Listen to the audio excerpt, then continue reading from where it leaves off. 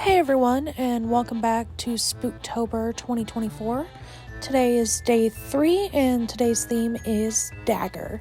For today's theme, I decided to bring back an OC of mine that I haven't drawn in a while, and this is my wickerbeast OC Creep.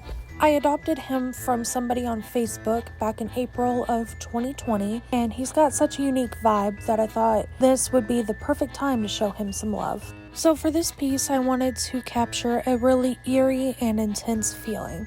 I decided to draw a creep holding a dagger with dripping blood and these twisted vines wrapping around it. There's something really creepy and unsettling about these elements, so I thought it would really fit the Spooktober vibe. The dagger itself was actually really fun to draw, especially those twisting vines that almost seem alive.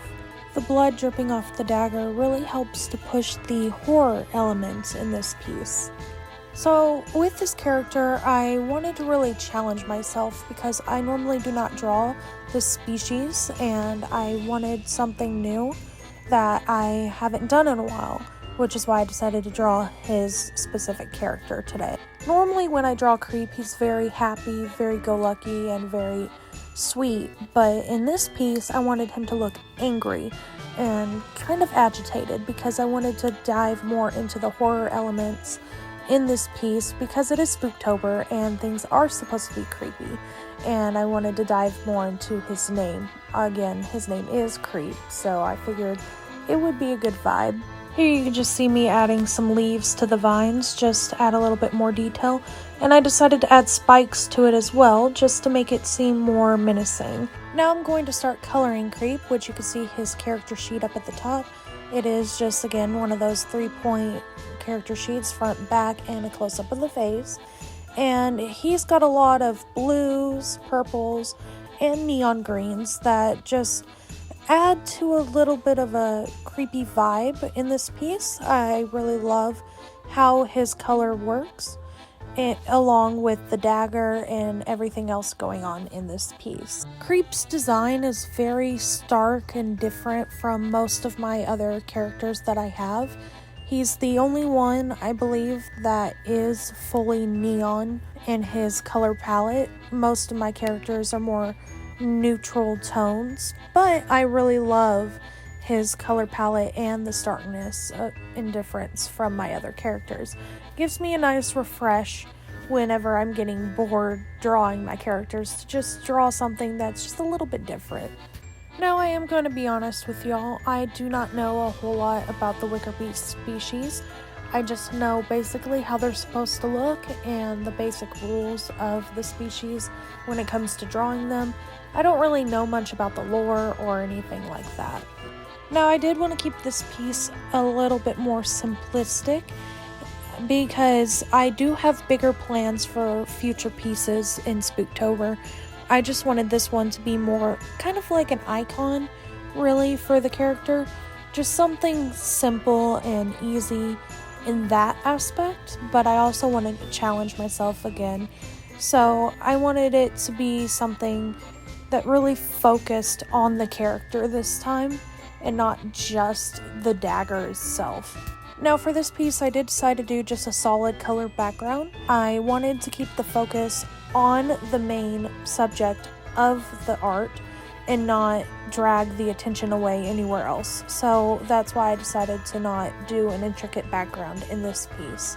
I do end up deciding to do something with the lighting in this piece. I did decide to add a bit of ambiance with the lighting, but that is something that I'm going to be working on throughout October, just trying to work on different lighting techniques and shading techniques, trying to bring out those creepy ambiances in these pieces that I'm going to be doing all this month. Now back to this piece, when you see Creep, he does have a lot of different patterns in his fur.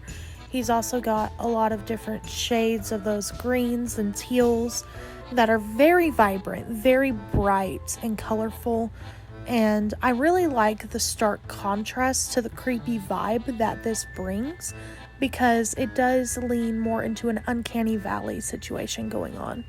Now, Creep's color palette kind of reminds me of the show Invader Zim, and that's something that has influenced a lot of my art as a kid.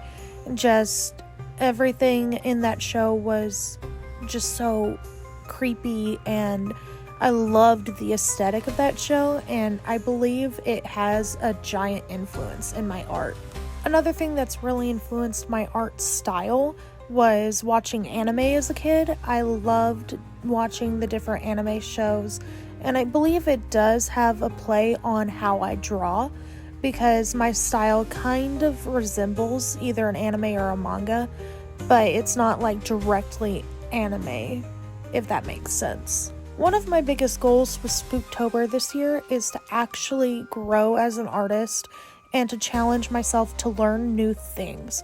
So I'm going to play a lot with lighting, shading, and different aspects, and I'm also in future pieces going to be doing more intricate backgrounds just to learn new techniques and new things, because I want this to be a learning experience for me. I don't want to sit there and keep drawing the same thing over and over and over again, which is what I had been doing for a while, and I believe that these challenges will help me grow as an artist.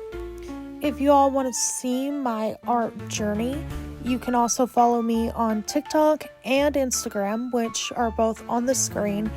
I want to showcase the learning process and the changes that will come in my art style. I want my art style to end up being more refined, and right now I'm at kind of a mid-ground with my art style. I started out very toonish, very almost chibi-like in my art, which I still do chibi art from a time to time as something more cutesy, but it's not my main style. I'm trying to refine my main style right now, which is a great thing to work on during this month, because there will be a drawing every single day, and that will challenge me to do more things and to try new things as well.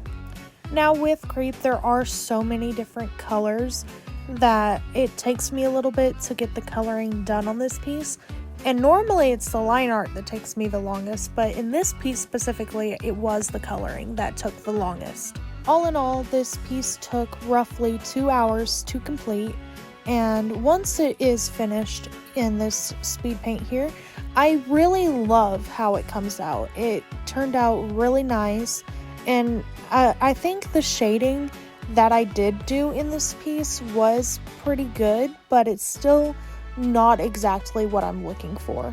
So I am going to be working on different shading techniques in the future, just trying to learn different things. I know there are different types of shading. There's shell shading and there's hatching and so many different things.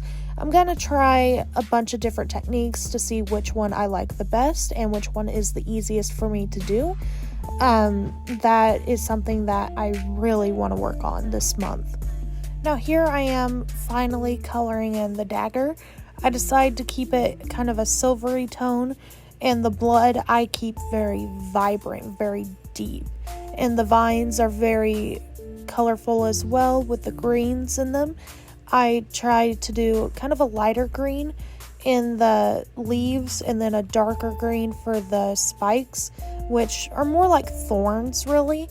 And the vines themselves are just lines, but I wanted to keep them kind of small and intricate in this piece just to add a little bit of extra detail, because I felt like without them the piece was a little bit bland and there wasn't so much going on. And I did want this piece to be very simplistic in how many elements there are, but I also wanted to have like a few elements just to add some extra detailing. Even though this piece doesn't have a whole lot of detail in it, I do think it does grab your attention and grab your eyes, mainly with the colors in this piece. It's very vibrant, again, very stark. And I do add a bit of shading around like the hand just to make sure that you can see it's not part of the body and some other things. I am going to try some different brushes to see if maybe that's what's going on with my shading. And here's the little lighting trick that I did. I used the fill bucket and I just add in the final details and we will be done.